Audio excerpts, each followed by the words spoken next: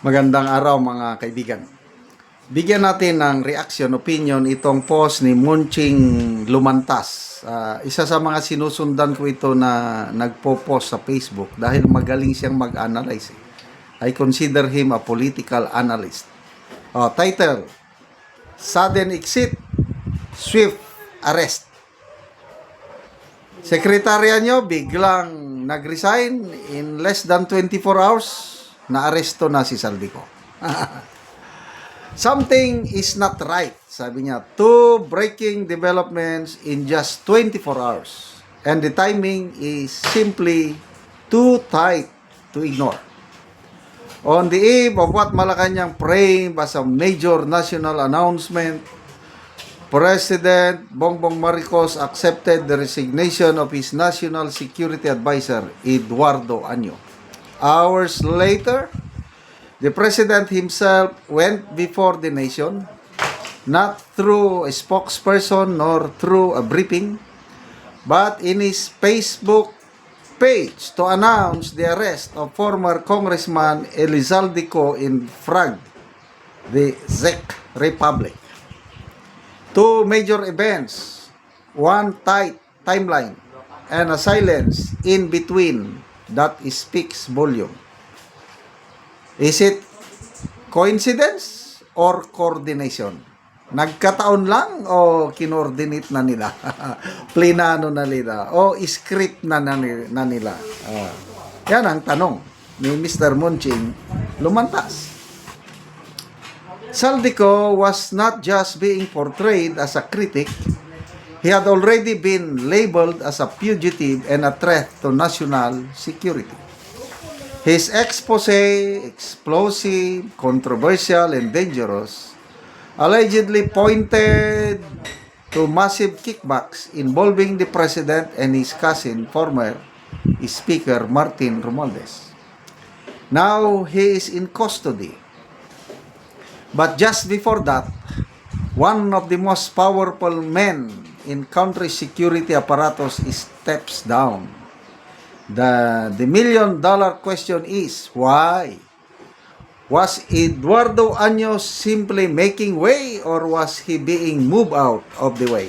Malalim ito.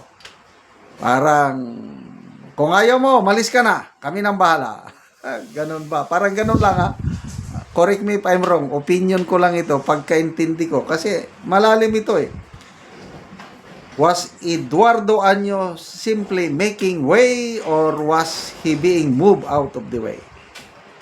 And why did PBBM feel the need to personally deliver the news?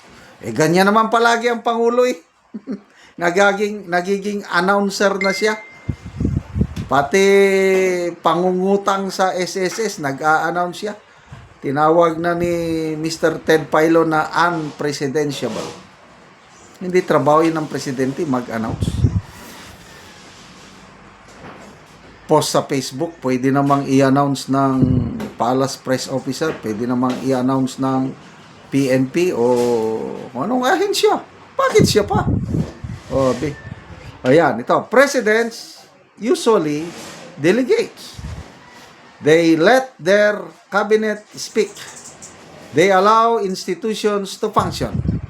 But when a leader, ito ng problema, when a leader takes center stage on breaking news, especially one this politically charged, it raises a deeper question.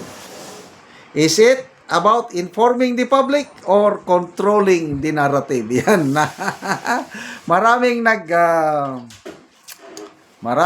nag-speculate na naman. Tapos ng speculation sa health ng president.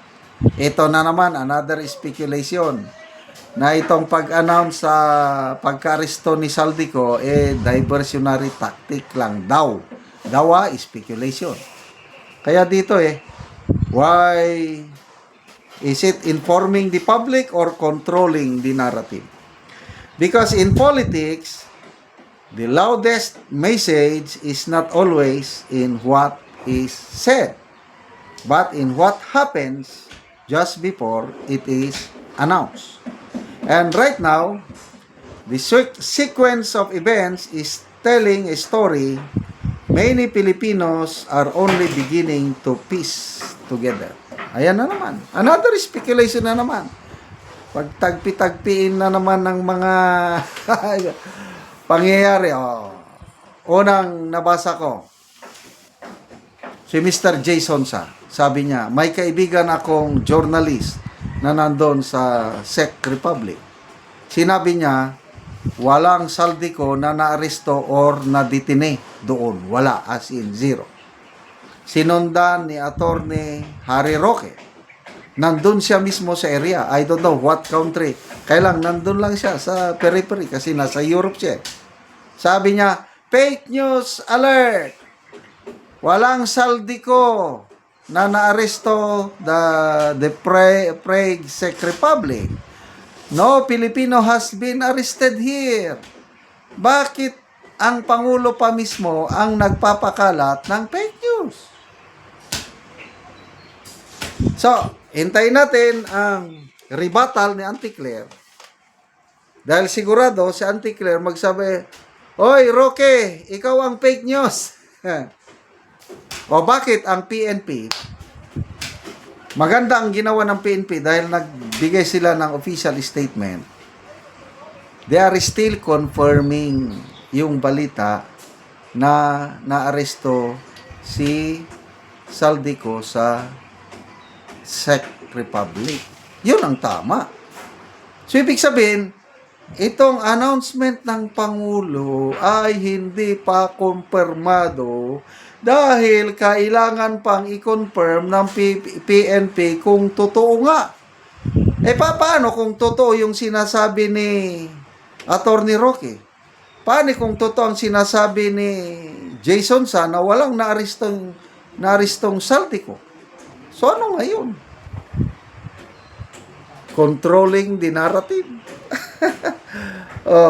Granting na nahuli, it will take time. Matagal pa bago makabalik sa bansa si Saldico. So ano ba ito? Sinadyang narrative para so sana man maliwanagan. Sana magsalita na si Auntie Claire. Pasinungalingan yung mga sinasabi ni Attorney Roque at ni Mr. Jason magpakita ngayon sila ng proof of life ni Saldico.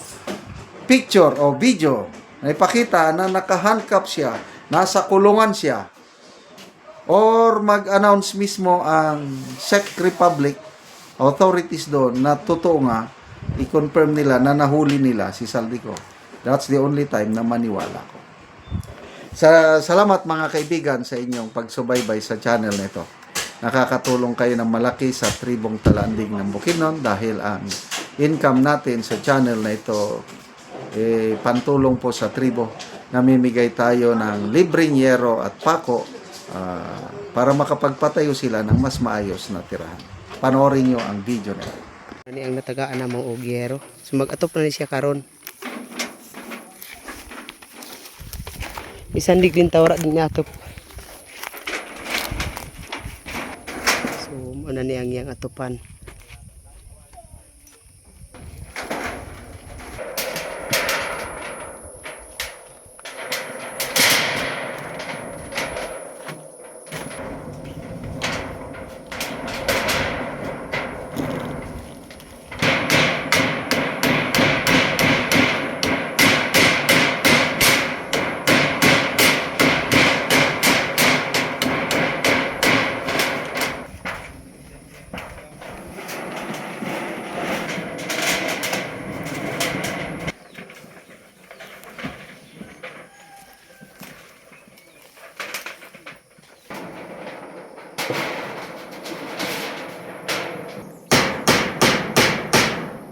So karon humanagyod og atop ang gihatag namo nga yero.